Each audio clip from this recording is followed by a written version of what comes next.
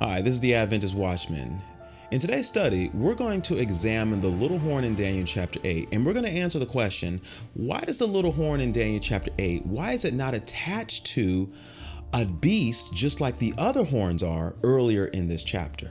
I hope you're ready. Let's get to it.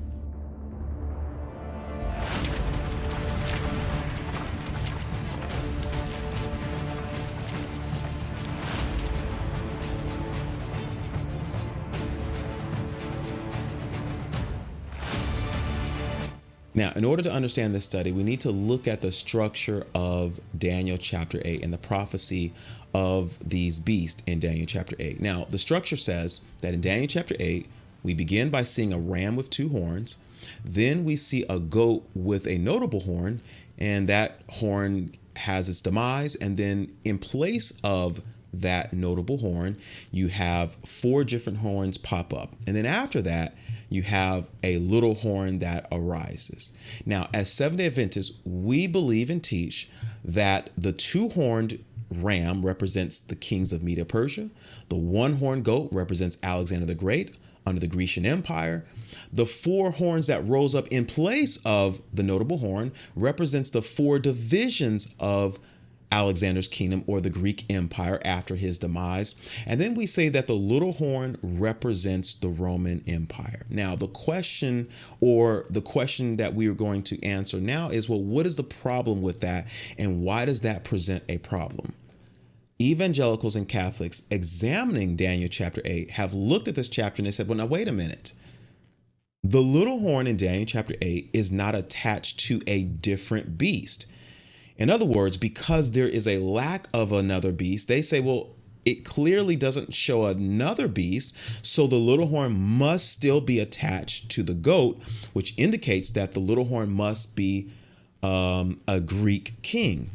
And I need you to understand that this is a logical position to hold. If we're just looking at this chapter just in a vacuum,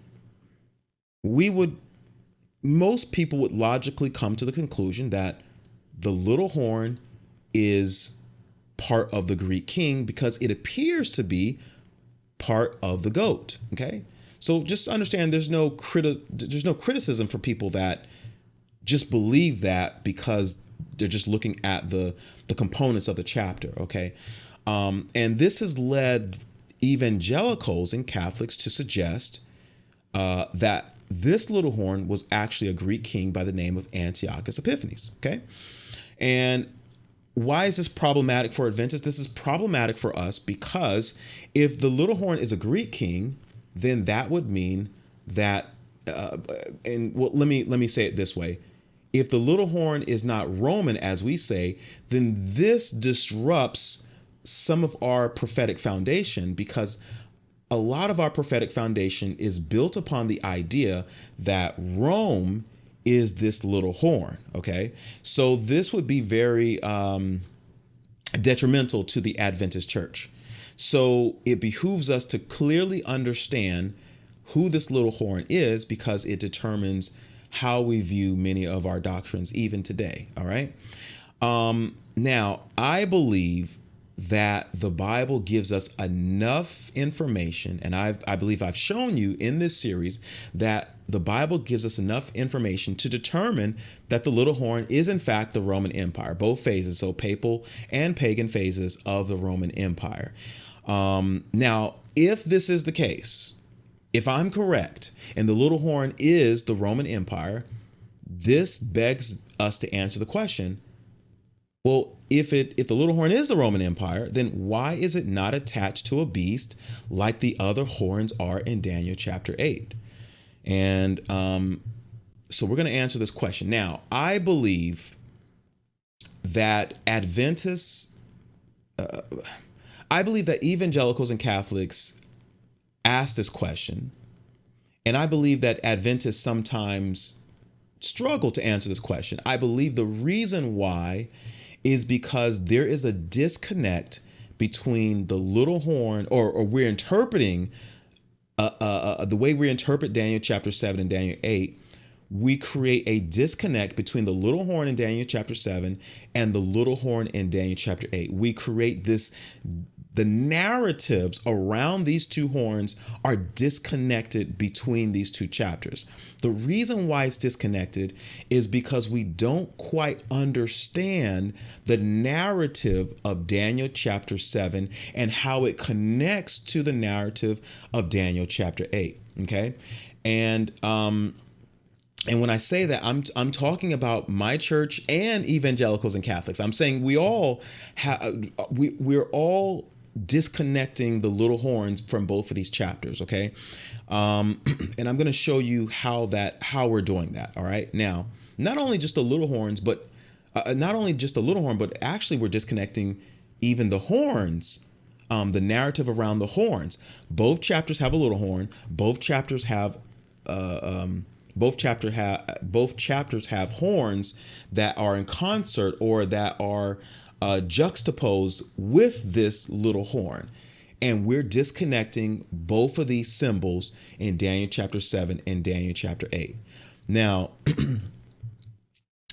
generally speaking, the horns in Daniel chapter 7 are typically interpreted as divisions of the Roman Empire. Okay?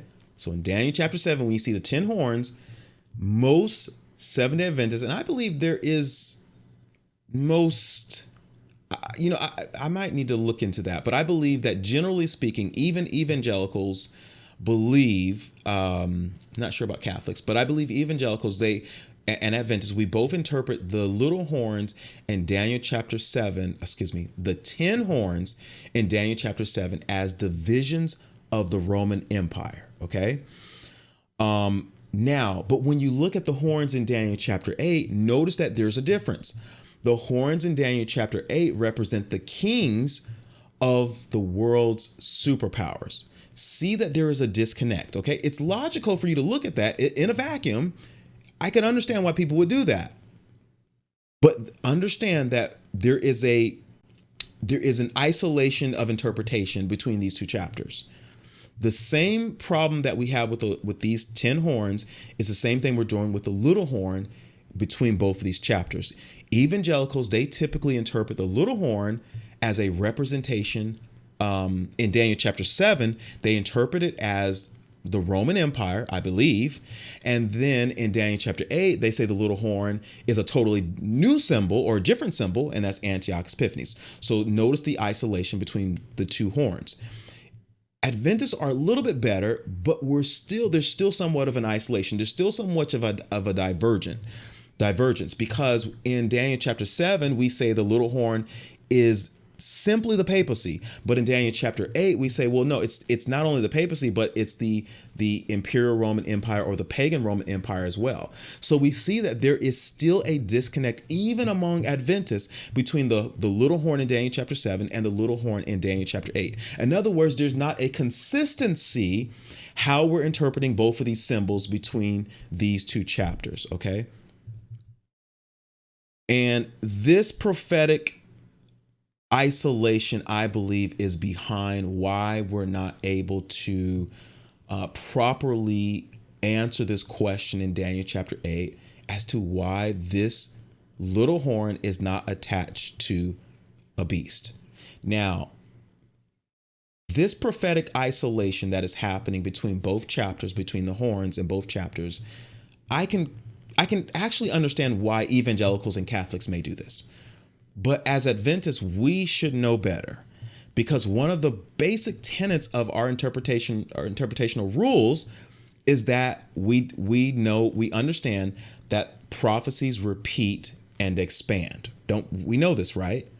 So if prophecies repeat and expand, that tells us that the prophecy in Daniel chapter 7 is repeated and expanded upon in Daniel chapter 8.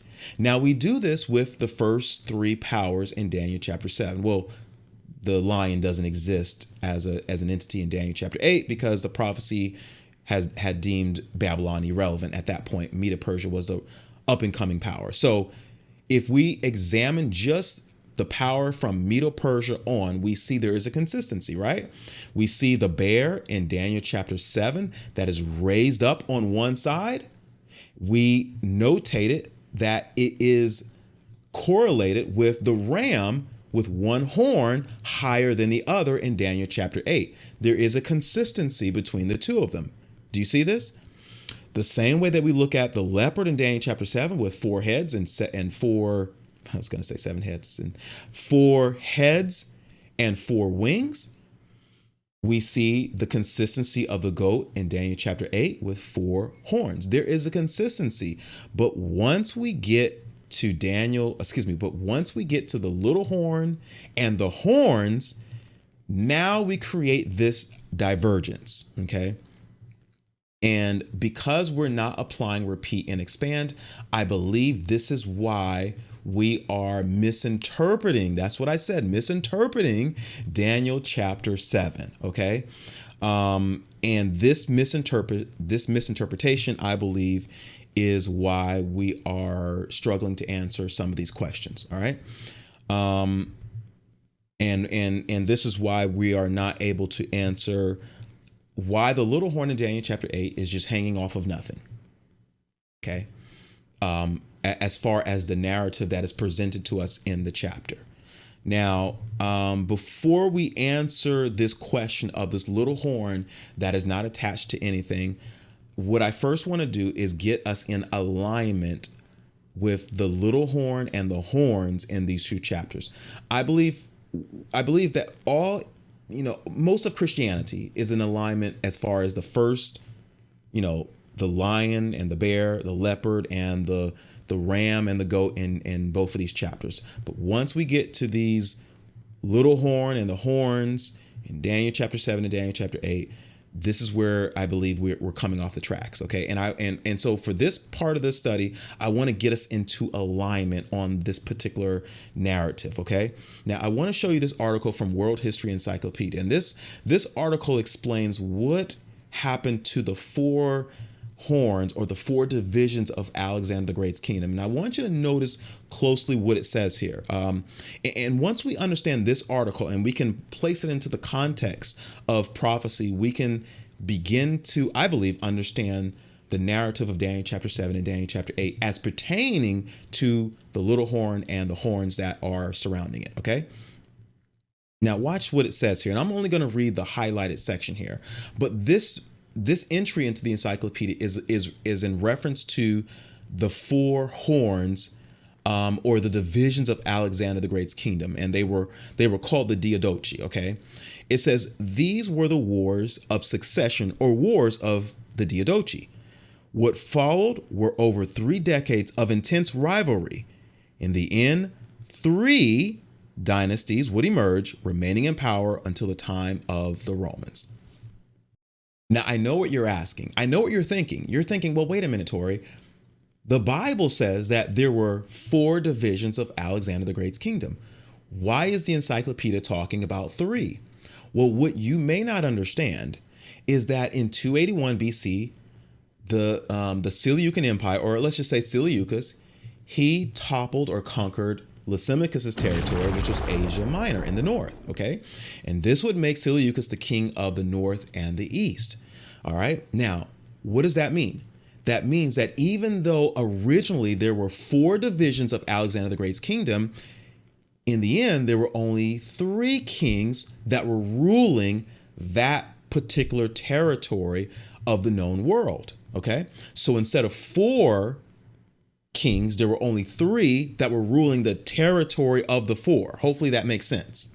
Now, when Rome entered, the stage of prophecy, when he became relevant to prophecy as a conquering power, when he came onto prophecy stage to conquer and become the known world power,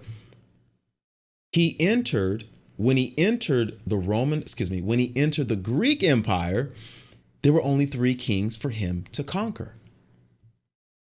Think about what we're seeing here. So as Rome enters the world to conquer the known world, to become the preeminent superpower, there were only 3 kings instead of 4. And this is why Daniel 7:24 says, the little horn shall subdue 3 kings. The context of Daniel chapter 7 is not a divided Roman Empire of Germanic tribes. The context is that once you hit the little horn, it is telling you the history from the kingships themselves. It is going backwards. It is almost repeating and expanded within the kingships themselves, or the horns themselves, and is telling you the narrative of how the Roman Empire came into power, and essentially how the papacy came into power, because the papacy is ultimately this little horn in Daniel chapter 7, but it's telling you the context of how the papacy came into power through this little horn that entered into the Greek Empire, that conquered three powers, and then handed that power over to the papacy. So ultimately, the little horn is the papacy, but the Bible is telling us how the papacy came into power, because remember, the little horn doesn't have its own kingdom. All right. The little horn, it's using the powers of other kingdoms. All right. And so we can see how the little horn, how it basically shows how it came into being through the horn that was the Imperial Rome initially. All right. So hopefully that wasn't too jumbled up enough for you to understand the context. And eventually I'm going to do a whole study dedicated just to this particular point here.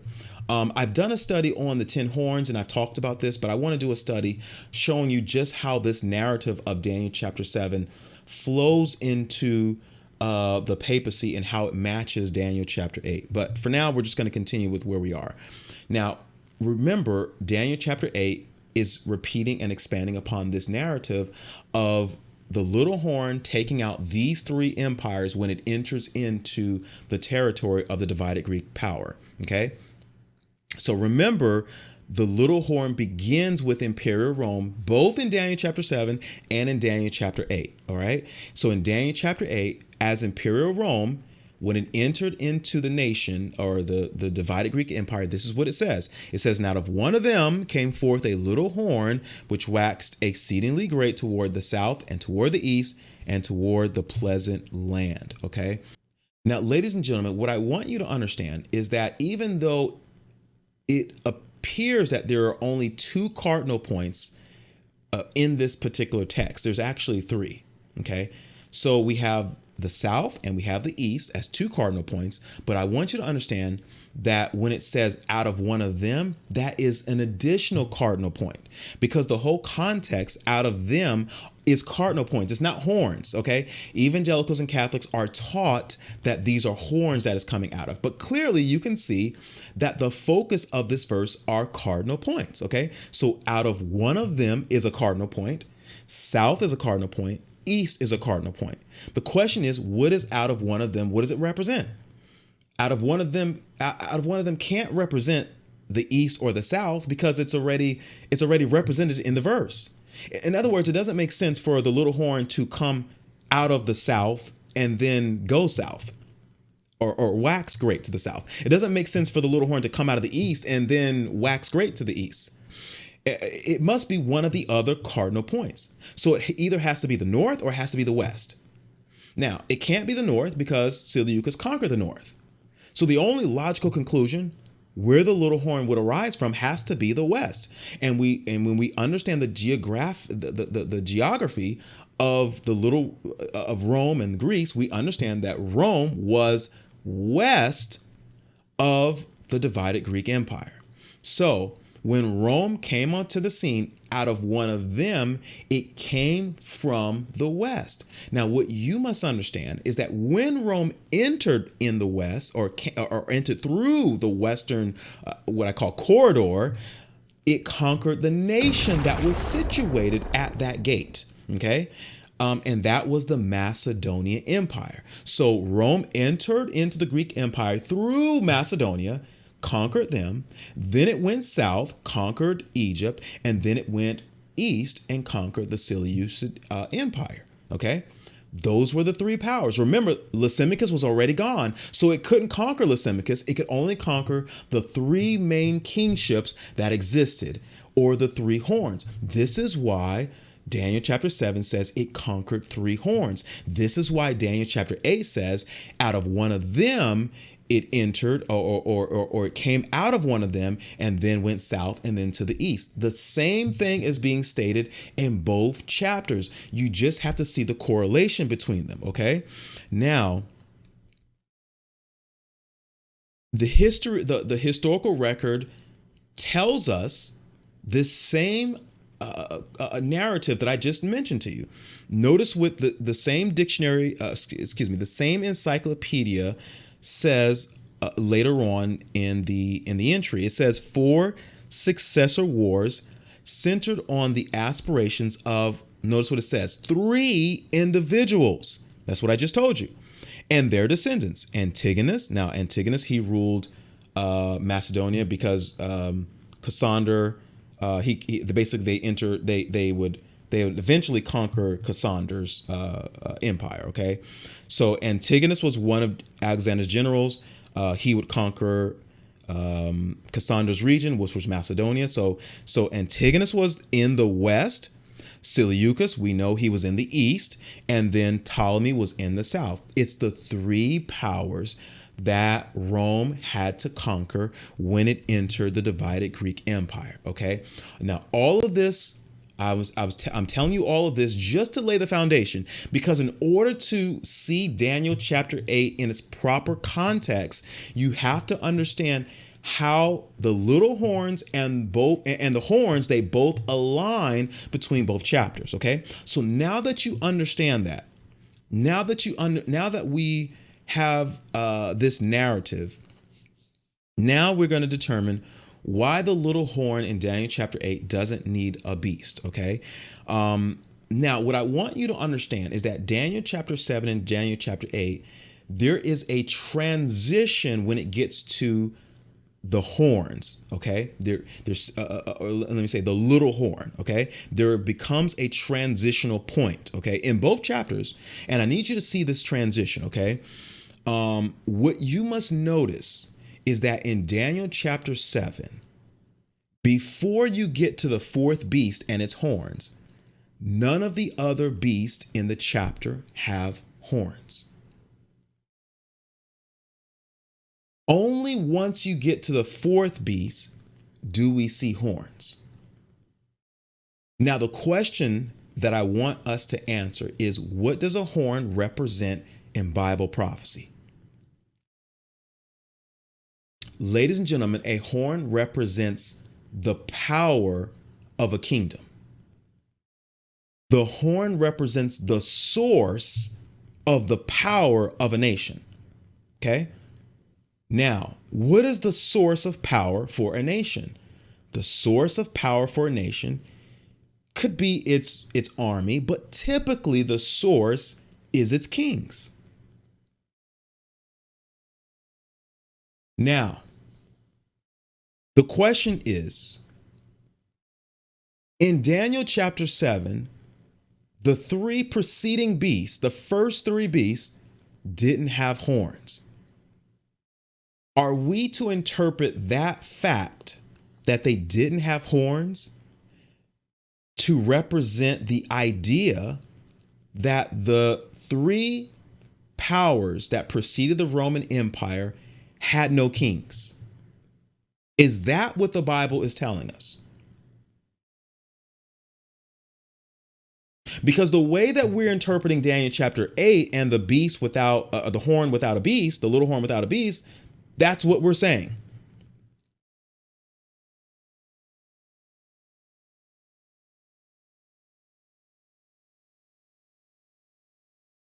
Okay? The beast in Daniel chapter 7, they all had horns. Okay? Well, let me backtrack that. They all had kings. But the Bible doesn't present them as having horns because the horns were not relative or they were irrelevant to the narrative that Daniel chapter 7 was presenting at that time. Okay? It didn't want to place the horns into the scale of prophecy, into the panorama of prophecy at that point, because the horns were not relevant to the narrative that it wanted to express. Essentially, the horns weren't the focus at that point. Now, in Daniel chapter 8, we see a little horn without a beast. Do you believe that the little horn didn't really have a beast? Of course it had a beast. But in this particular prophecy, the beast was irrelevant to the narrative. And what you're about to see is that the beast attached to the little horn was omitted because there was a narrative that was trying to be expressed. And that narrative determined that in Daniel chapter 7, before the fourth beast, the horns were irrelevant. And in Daniel chapter 8, after the little horn, the beast was irrelevant. You're about to see why this was the case, okay? So understand that in Daniel chapter 7, the fourth beast in Daniel chapter 7 didn't have a description. Well, let me rephrase that, because it did have, obviously Daniel did describe it, but it didn't have an animalistic description. In other words, the first three beasts was like a lion, one was like a bear, and then the other one was like a leopard. But the fourth beast, you'll notice it doesn't have a description. As a matter of fact, it's called the nondescript beast because it doesn't have an animalistic description, okay? Now, just like the little horn's beast had no description or no animalistic description in Daniel chapter 7, the little horn in Daniel chapter 8 had no beast. And it's important to understand why the beast had no description and why the horn had no beast. The little horn, as the Roman Empire in Daniel chapter 8, doesn't have a beast because prophetically, Rome didn't have a beast. What you talking about? Okay, now I know that sounds radical, really radical.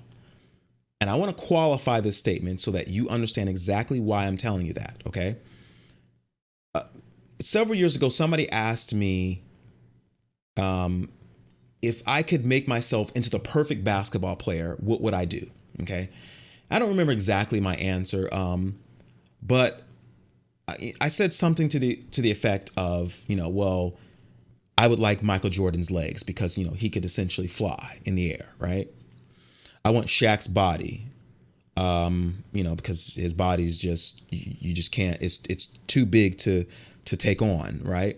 I want LeBron James's arms. He's actually a great passer, but he has nice arms, Kyrie Irving's hands because he has great handles. Kobe's face, he has the Mamba face, he can mean mug with the best of them, right? And then I said, I want Russell Westbrook's heart, okay? He goes after it, on every possession, right? Now, now I want you to think about this player that I've created. How much of it is me? If you think about it, every part of the player is now someone else. It's not like I said, I want LeBron James's hands and Michael Jordan's feet. Okay. You could look at that player and say, well, it's still Torrey. He just has components of someone else. But once you begin to replace everything,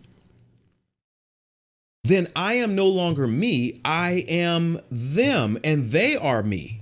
Does that make sense? Probably not. But just understand, once every bit of me is gone, then what makes up me are essentially other people. Okay? I am simply a composite of them. But me as a person, I technically, I don't exist. So what I'm telling you is that the fourth beast in Daniel chapter 7 has none of its own parts. And we know this because in Revelation chapter 13, the Bible says that the beast that came out of the water looked like a leopard, had the feet of a bear, and the mouth of a lion. In essence, Rome wasn't Rome. Rome was a composite of all the other powers. Understand what I'm saying. I'm not saying that Rome didn't have a nation geographically. I'm saying prophetically, according to the prophetic, what's in the prophetic writ here, the kingdom of Rome was a composite of all the other powers that came before it. That's what Rome is. So just like me as that basketball player, I technically don't have a body.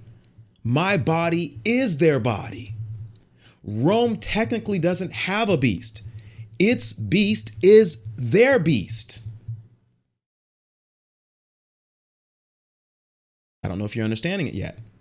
In other words, the Bible says that Rome looked like Greece.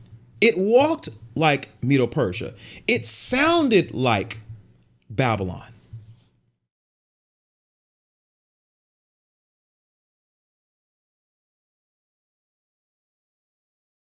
In other words, Rome was all the previous powers put together. That's the context of the fourth beast. That's why you can't interpret it as Greece, 4 divisions.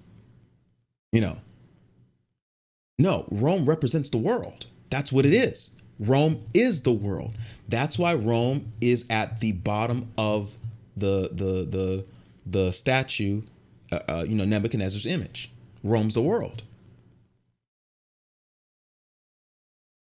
Now, watch very closely. I want you to look again at Daniel chapter 7. Take another look, because there's something that you're not seeing. Notice in Daniel chapter 7, there's no wars between the beasts. You don't see a war. The lion doesn't attack the bear. The bear doesn't attack the leopard. Now, obviously, we know that there was wars between them, but that is not the narrative that Daniel chapter 7 is trying to present to us. It's an isolation of these 3 characters, or these 3 beasts, as they're presented. The lion is just the lion. It's just showcasing the lion. The bear is just a bear. It's just showcasing the bear. The leopard is just a leopard. There's no wars here. You don't read anywhere that says the lion conquered the bear. You don't read that here, because that's not the narrative that it wants to present. Now ask yourself the question. In Daniel chapter 7, where is the only place in this chapter where we see one kingdom overtaking another kingdom? It's not in the beasts. It's in the horns. The only place that we see a nation conquering another nation is when you see the little horn destroying the 3 horns. It's the only place in the chapter. The war, the battle is in the horns.